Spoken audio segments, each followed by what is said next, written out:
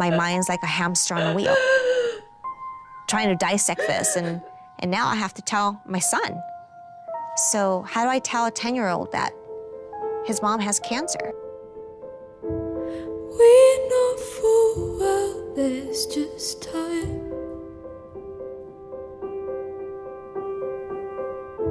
So is it wrong to dance this line?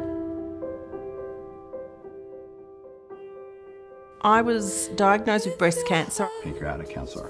Stage 4 lung cancer. Ductal carcinoma. Colorectal cancer. Could you give it up? I was reading some disturbing medical news this week. A study led by the American Cancer Society researchers found that new cases of cancer are occurring at an increasing rate among young and middle-aged adults.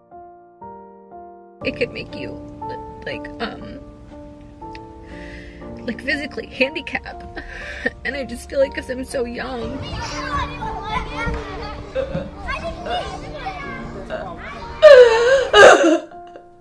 I'm scared for her operation. Anything can happen. Something bad could happen, or it could be pretty good, but it can also be really bad.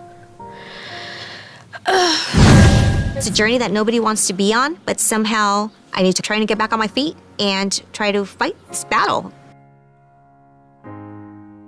So we're gonna take care of mommy, okay? I don't want you guys to worry. This is very stressful, but we're gonna take very good care of her. You're broken down and tired of living life. This will be over in about 2.5, 3 hours. She's gonna be under the care of a lot of doctors, and we're gonna do everything possible to make her feel better.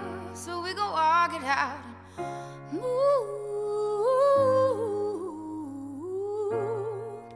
mountains. I think I would have a completely different experience if I wasn't at this hospital with these people. And as hard as it's been, they've made it so much easier. And I rise up, I rise like the day, I rise up, I rise unafraid, I rise up, and I do it. What drives me, what drives all of us here, is working with the kids and the kids themselves. You know, you get inspired on a daily basis.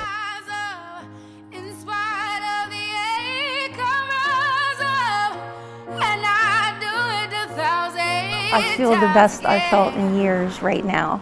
Like I've had a chance at life again. Guess what? I'm cancer-free. Woohoo! I am cancer freaking free. I can finally say I'm cancer-free.